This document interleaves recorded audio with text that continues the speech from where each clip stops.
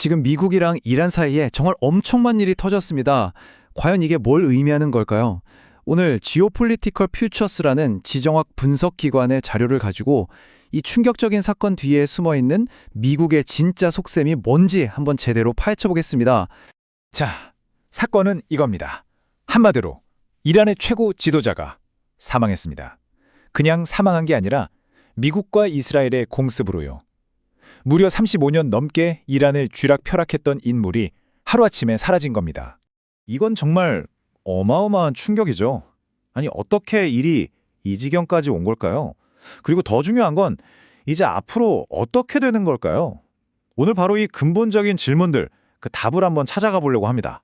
자, 오늘 우리가 따라갈 지도입니다. 먼저 최후의 레드라인, 그러니까 미국이 왜 이란 핵을 절대 용납 못하는지부터 시작해서 그들이 선택한 새로운 종류의 전쟁은 뭔지, 그리고 이걸로 이란 내부의 균열을 어떻게 파고드는지 볼 겁니다. 주변국들 반응도 보고 마지막으로 이 모든 게 걸린 미국의 최후의 도박이 성공할지 실패할지까지 한번 쭉 훑어볼게요. 네, 그럼 바로 첫 번째 주제로 들어가 보죠. 최후의 레드라인. 아니, 미국은 왜 이렇게까지 이란의 핵무기에 집착하는 걸까요? 아니, 핵 가진 나라가 한둘도 아닌데 왜 유독 이란에만 이렇게 민감하게 구는 걸까요? 이 질문에 답하려면요, 미국의 마음속 깊은 곳에 자리한 어떤 아주 근본적인 공포를 들여다봐야 합니다. 이게 수십 년 된 얘기예요. 그게 바로 이겁니다. 핵 9.11이라는 개념인데요. 말 그대로 9.11 테러의 핵무기 버전인 거죠.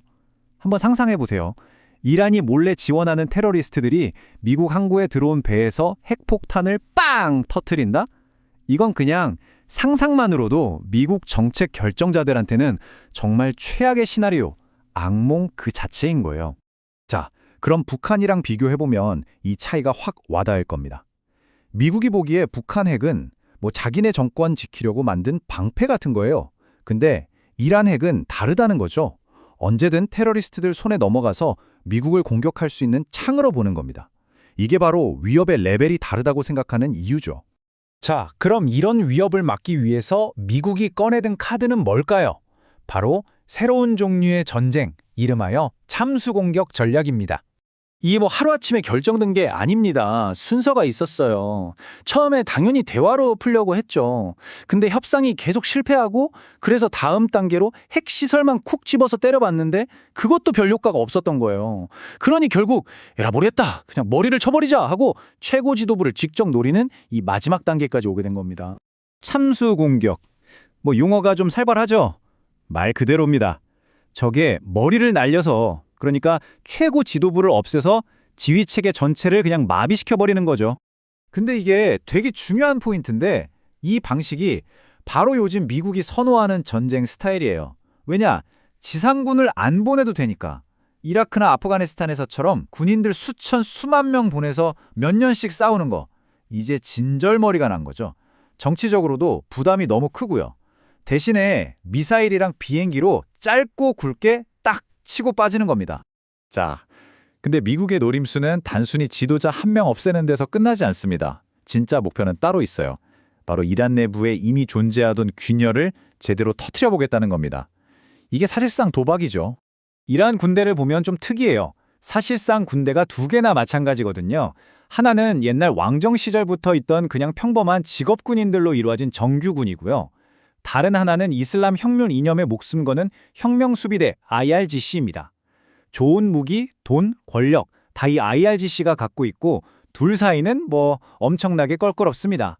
바로 이겁니다. 미국의 진짜 노림수.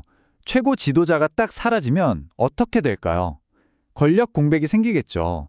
그 틈을 타서 이 두 군대가 서로 내가 다음 권력이야 하면서 싸우게 만들려는 거예요.